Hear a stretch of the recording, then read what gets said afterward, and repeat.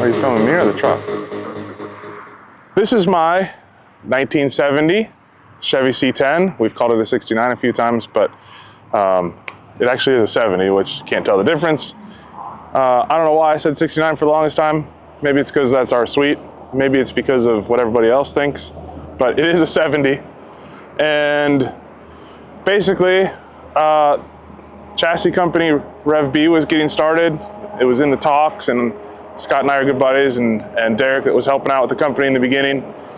And he had sent me this listing for this truck sitting on a farm in New Mexico, like north of Albuquerque, like north end of the state. And I reached out to the dude on Facebook Marketplace, and he's like, yeah, it was my dad's truck or grandfather's truck, something like that. It just sits here, needed off the farm. We did a lot of work, Scott and I, back and forth, figuring out what's gonna work, what's not gonna work, what's gonna make that chassis different from everybody else's chassis. There's probably a Rev B video that you can go into depth and watch on that coming soon or something. Maybe Brian filmed it behind the camera, I don't know. Either way, we'll kind of just focus on the truck. Well, the truck is pretty much how I got it on the outside, with the exception of Derek did the chop down bed for me. The rest of the truck, as we were building it, we kind of just, we had body panels set aside and taken apart, and we gutted the doors because we were going to put all new precision seals in and everything. So as it was apart, I spent some time with a gray Scotch-Brite pad. Why is that hard to say? Gray Scotch-Brite pad. And scuffed everything down with some sweet patina, like cleaner degreaser stuff, and the Scotch-Brite, and then a whole bunch of water. It just basically gives the rust and what's left of the paint a little bit of shine without going crazy. Like, it's kind of a very flat finish, but it looks a ton better. This is my first, I've owned patina truck. I hate to admit this, but I get it. Like, it's just easier to keep clean. Other than the paint and the patina on the truck, we did some fun stuff. Like, I think Frank actually was like, hey, that center cap looks like it'll fit right in the gas door. So we panel bonded an intro wheel cap that I had laying around. These are really cool door handles from Eddie Motorsports. They've got kind of a diamond pattern to it, which when we get to the interior, you'll see that carries through. A lot of the other stuff, the mirrors, the bumpers, the grill, key locks, all that stuff's all from Chrome Guy. I did tint the windows on this one. I've planned on driving it a whole bunch. It's got not a whole lot of miles on it in the few months that it's been done, but 600 and something, almost 700 miles. But it is Arizona, and it is August, and it's supposed to be like 116 today or something. So tinted windows are a must. All the glass is all new. All the weather seals and a lot of the glass are from Precision Replacement Products. We sent the wing windows in, they got rebuilt. Tuck that flap in there, don't leave that on the outside. James, State 48, came and did all the front and back glass for us, and the new seals from Precision. Even things like the wipers, those are functional, they work. I had to drive this thing in a darn rainstorm a couple weeks ago after a show.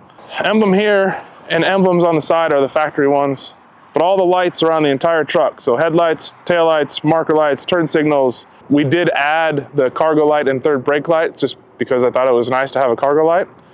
And then these trucks are so low, it's nice to have a brake light up top so you don't get rear-ended.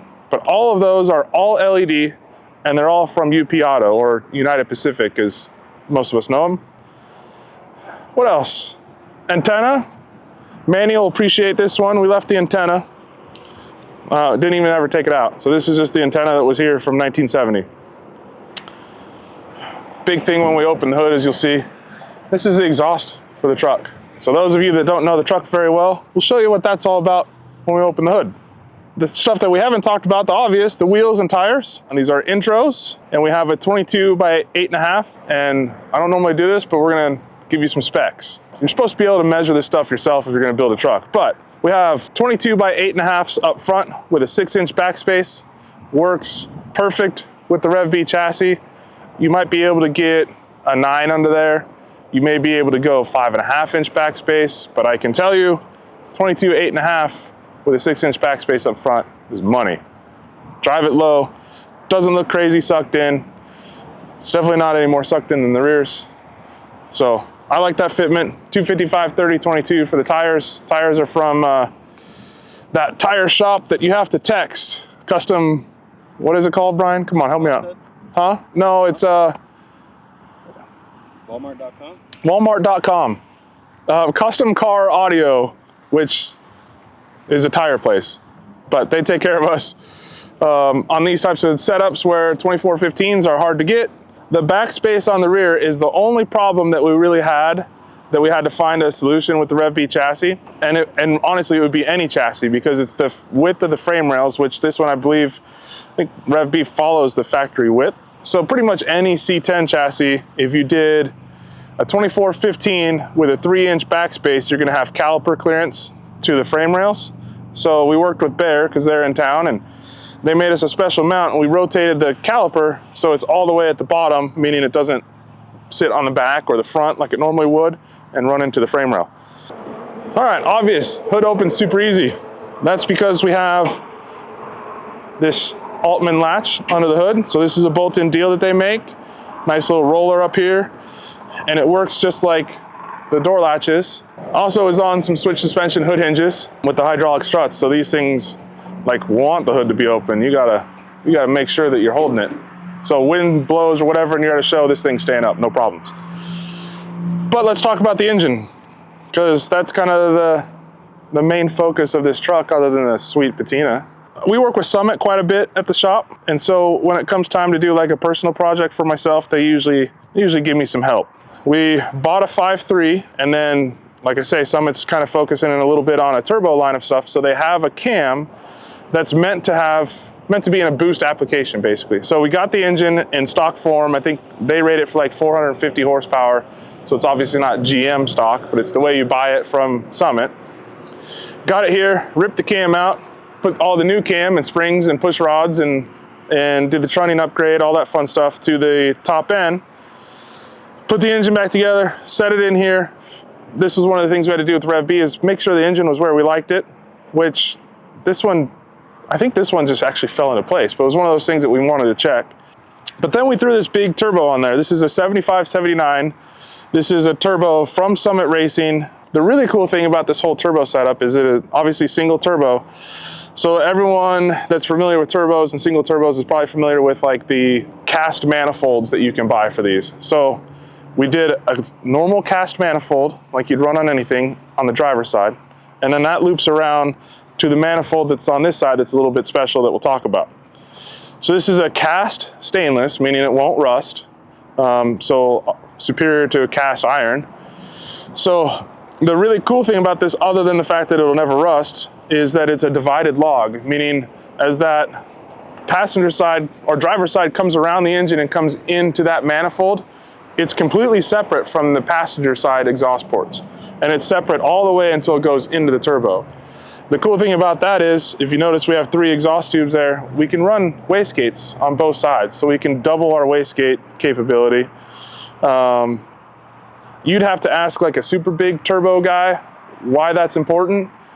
But for me, it's just kind of a cool factor. I mean, if one side's running a little bit different than the other, it's not gonna mess anything up. I don't know that it would. I'm not a turbo expert, but I can tell you this works killer. We did all of the piping. Again, this is just a Summit intercooler. We just took some measurements, figured out what we needed to do to make it as big as we could fit. We did notch like the hood latch support, but then we came back in and rebraced it. And we had to cut some big holes through the core support, and we ran these Vibrant V-band clamps that are hot. Don't touch those when the engine's hot. But those give us a little bit of flex. Obviously the engine is flexing on a bushing, the core support's flexing on bushing, so these have O-rings in them, gives it a little flex. But we ran out of the turbo, through the intercooler, back into the intake. We have two blow-off valves there for when we get into too much let off the throttle pressure. Then everything that you see, intake, all the cold side tubing, the exhaust stuff, and the hot side plumbing coming out the hood is all coated in a ceramic coat. It's actually just called gold. It's not a fancy word before or after it, but it's from Prismatic. And of course, the guys over at Pat Coast Powder did this for us. What else on the engine? We have an Eddie's Motorsports pulley setup on this. We went with that because with the turbo sitting here, you have to be super compact. And we tried a couple different ones that we had laying around at the shop. And basically all we were looking for was the AC compressor clearance. Everything else is fine. But this gave us the most AC compressor clearance. They have a manifold that comes out the top, and they have this, we ended up running this cool bracket that goes around the side. We had to do a little bending on it, but we got it to where this truck has Restomod AC that, like I say, it's 114 today. It works. Bare master cylinder, manual brakes, no booster, no electric booster, no hydro boost, no nothing, no frills. Sometimes you gotta give it a little double pedal, but only if it's a really scary situation. Clutch master cylinder reservoir. This was a T56 manual transmission back in this engine. So American Powertrain helped us out with that. Actually, thanks to Joe Yezi for the shout out to American Powertrain so that we could get together on this thing. But underside the hood, the Hart Fabs, and then we shaved all the firewall, kind of kept it factory looking, like the factory bead roll lines and everything around, but we extended them and shaved all the holes, filled the cowl and the AC stuff over here. And then, you know, Frank and the boys over at iCandy Paintworks painted all this up for us. I think that's it front of the hood. You want to move on? Let's move on. To the rear of the truck, like I say, Derek shortened up these bed sides. This truck had a bunch of rust like this in it, and it was really bad right here. So he actually had a piece of bed section laying around off of an orange truck, and he sliced that in, and I left it orange because it tells a little story, right? Inside the bed, you can see we've got factory wheel tubs that we've widened a whole bunch and then cut the bottom off and welded these in. And then all this is bed lined. This is all sheet metal bed that we built. So basically all we had was the bed sides and a tailgate. The front, the verticals, the floor, we built everything. Kind of bead rolled it to look like a wood bed floor. And we did something really cool with these latches. So normally we're gonna do this out of like the Dakota Digital linear actuators, but I wanted to try something new and it worked out killer. So we have these little latches and they just, if you can see that, they just release.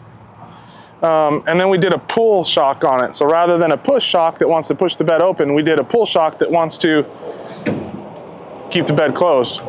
So when you lift it, the shocks are actually compressed, not extended. So, and it works like, listen, I'll be honest with you guys, we got lucky. We had these shocks laying around at the shop, and I'm like, well, let's try this. And we basically made it to where this thing will go anywhere you want it and just stay. So a little bit of fidgeting around with the location, but the weight ended up being perfect. We have our tailgate latch kit, and we have the LS Fab shock on there. So it opens all nice. Again, just a simple little bead roll here. We didn't do charge ports on this truck. It's mine. I know where to plug it in to charge it. And then we do a cutoff switch under the dash. So there's no need for anything back here. We just left it simple. That closes nice. Because you can get these tailgate latch kits on the Tre5Customs.com website. Go order one. Let's look inside the bed. This is the very first Rev B chassis. And if you look at them today, almost 2 years later, they're a little bit different, but the general census is there. Like now they have their billet badge, whereas this is a water jet piece that we just powder coated a couple different colors, so it spells out the Rev B. We have a Curry third member. This thing actually has 456 gears. Honestly, I think I could go even more and go up to like a 5 whatever, but 456s are working. First thing you'll see is an aluminum gas tank.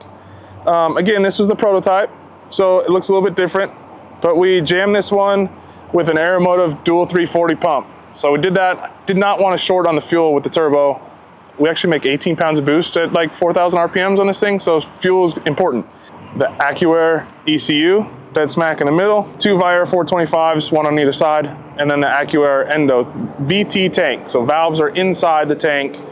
Big thing about the chassis, and if you want, and you're still here, stick around to the very end. We put this thing up on the lift before we came here, and we cleaned everything off and showed you the underside. So we'll talk a little bit about it now, but stick around to the end of the video, you see from the underside and really see what's going on. But triangulated 4-link, the upper 4-links are converging at the front, which gives us room to allow as low as possible in the notch to get as much height in the bed as we can. It rides really nice with the adjustable shocks. You can make it stiff, you can make it soft, And the lower you are, the nicer it rides, the higher you are, it gets a little stiffer. So if you really wanted to rail the thing, you could lift it up a little bit. You'll have more pressure in the bags, which would be an increased spring rate. The biggest thing is, if you lift this truck all the way up, you can pull these 2415s off without putting it on a lift, without disconnecting anything. It's kind of a big selling point of the Rev B. All right, welcome to the inside of the truck. This is where the magic happens? I don't know, is that a thing? Anyway, first thing you'll see on the door jamb there is the Altman latches. That makes the opening and closing the doors a lot easier, especially when you have quality seals like the Precision Replacement Products ones. I did, it's my truck, right? We wanted everything in here to be like it was a normal truck for us. So outside's patina, but inside's all brand new. So this has all been body worked and painted. We do have a retro sound radio to kind of keep the factory old look. We didn't use like the replacement Restomod Air AC controls. I just wanted a little bit cleaner look, so we went with these. These are their Elevate knobs, so you can push them in or pop them out. TMI did a lot of work with us on the interior of this truck. So we took their interior in a box and we added to it. So this is factory wrapped by TMI. We built these covers, Steve over at Elevated Design built these covers, and we put some Morel speakers up top. Same thing can be said about the door panels. This is a TMI door panel, but we trimmed the bottom of it off, and Steve built a lower panel and we put some more Morel speakers in there. So this thing is full of Morel components, sounds killer, a couple subs behind the seat. E-level sunk in there. We have a place to put your phone because, like I said, I want to drive it. This is the TMI Buddy console. So this is cool because it opens different ways. So you do have storage, you do have a seat, and you do have an armrest, and you do have cup holders all in one piece. So this is part of the TMI package. So seats, center console, and the seat frame is all straight the way that we got it from TMI. And then obviously we added the little mini center console here with the American Powertrain gear bang and shifter in there.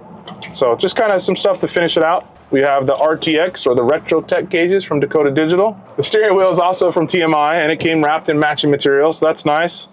We even have a glove box that has all the factory hinges and everything. And look, the truck's registered and insured. Still has the original tag on the inside, so that's how we figured out the color of everything. So this is actually the factory color code. And you can kind of see like the door to the dash, it's not very different. So all the years of sitting around in the sun and getting beat up on a farm didn't really take that much toll on it once you sweet patina it all up. All right, well, if you've made it this far, thanks for watching. There's still some B-roll to come, maybe. I don't know, depending on how Brian edits this. But if you've made it this far, thanks for watching. This has been long awaited. I know a lot of people have been asking for it. I've driven this truck a little bit, and I've also let Scott over at Rev B borrow the truck a whole bunch. But next week it actually goes to a new owner. I had somebody make me an offer on it, and I'll just build another one. And I've already got a 66 sitting on the side of the house. So sorry to say this one is not for sale. It's now sold, and somebody else can enjoy it as much as I have for the 650-ish miles that we put on it, and we'll build something again. So thanks for watching. Always subscribe, do all the things. We've got some more stuff coming. Obviously the monthly updates, but we also have some wrap-ups coming, and we'll see you at Cinema, and then we'll see you at Dino's as well. And we're gonna keep saying that. And go buy a hat on the website. See you later.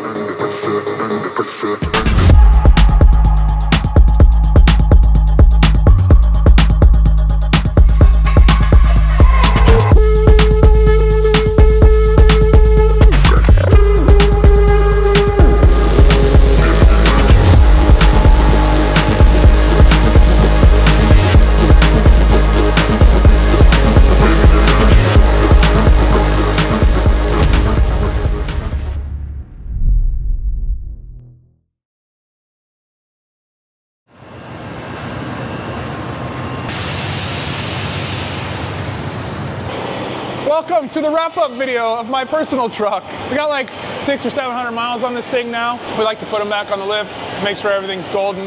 I don't know how many people have seen this or paid attention to this, but like I talked about, this is a Summit LS base 5.3. It is an iron block. It did come with this oil pan on it, so the right F-body style oil pan. We've got the engine mated to Tremec T56 Magnum that we got from American Powertrain. So this is a manual 6-speed You can see this is our crossover tube. So basically, as everybody knows, and we'll show you later, or maybe depending on how Brian edits this video, maybe we already showed you, but this is obviously a single turbo truck. So we've got a manifold on this side that comes down, knocked my head right there, comes down, goes around, and then feeds into that Summit divided log single turbo exhaust manifold. So driver's side feeds into the passenger side manifold, passenger side feeds into its own log, and then they both go separated or divided into the turbo. So that's why you don't see a whole lot of exhaust under here. There's a lot of room for it. Like the Rev B chassis is designed to have easy exhaust in and out. All those guys on the fence about Rev B, that's one good thing. It makes it way easier to route exhaust, even though I didn't really do it on this truck. What else? We've got a lot of our plumbing and wiring and stuff is running through the frame rails. And I think on, this is obviously the prototype chassis for Rev B, but I think on a lot of the other ones, they've done windows like what we have back here, like a bolt-on flush window. So this could have gone into there, that could have gone into there, but we drilled our own holes. Like I said, this was a prototype chassis. Patco's Powder did all the powder coat. Don't remember the colors. This is like a Highland Bronze, I think was what it was called. AccuAir sensors mounted up here. Curry, third member, 456 gears. We haven't done 456 gears before. That's another thing we changed when we pulled the transmission to do the rear main seal. Changed these gears. So these are now 456. So cool thing about that is these are big old meaty tires, and now I can get out of the hole a lot quicker, but I'm still like 2100 RPMs at 80, so it's really good. I like it better, way better. Skid plate for the gas tank with the cool little CNC'd Rev B logo, and then Patco's powder coated it, two-toned it for us, so that was kind of neat. There's some small changes to this chassis, or I should say to the current Rev B chassis, but for the most part, everything went pretty good. Like we had to add a little spacer here in the steering, but this crossmember kind of got redesigned, so now you don't need that spacer. Just kind of testing the drivability and making sure the product is something that actually works. I'm trying to wipe the oil off my finger. One of the cool things about the Rev B chassis compared to a lot of other manufacturers is this frame stiffener piece. So rather than being flush with the bottom, it's up towards the top, and there's about 3.5 inches here. So you could have run, or I could have run, a 3-inch exhaust right here. We could have X'd it and gone out, came through here, and it makes the exhaust really easy. Because you would have like your header coming back to here, so you have a connector here and a connector here, and drop down a whole X pipe. Big, huge difference between this chassis and most of the other manufacturers out there is the rear suspension. So this is like a converging four-link, so a triangulated four-link. So what that does is you can see it's hanging from the lift right now. You can take this wheel off. And a lot of the other chassis that put the F9000 bag on the axle get 6-7 inches of lift out of that.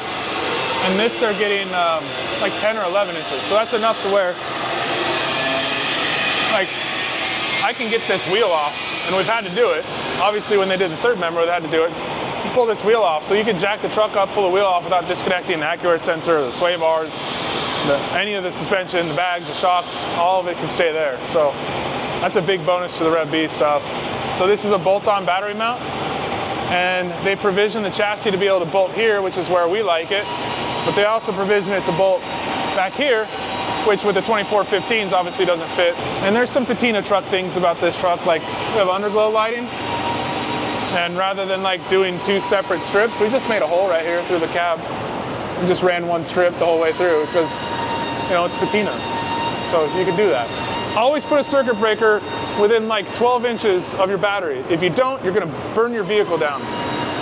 Your carpet's right above that, so create a couple sparks with a 12-volt battery, and then it catches your padding for your carpet on fire, then your truck burns down, all because you didn't put in a $30 part. Come on, guys. Get shit together.